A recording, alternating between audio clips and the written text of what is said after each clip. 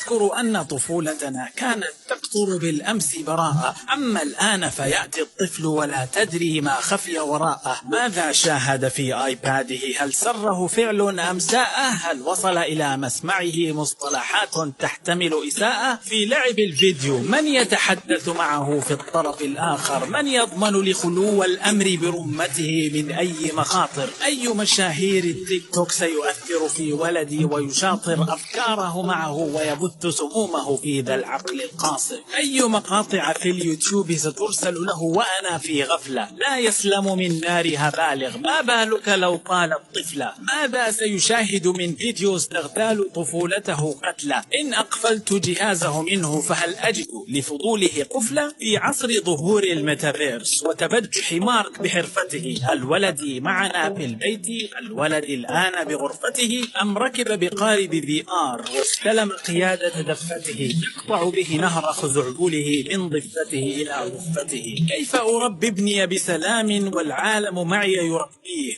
وضعوا قانونا للطفل يخالف معتقدات أبيه، تمتد أياديهم لابني يبدو أنني سأخبيه من أفكار كلاب ضالة والمهجرة على التشبيه. لا أنكر فضل التطوير، لا أقبع في ماض مظلم، سأناقش مع ولدي رأيه، لن أعرض عنه ولن أحجم، لن أنسلخ وأبدل جلدي لأبدل واقعنا المؤلم. ولدي سأربيه بقيمي، ولدي سأكون له الملهم.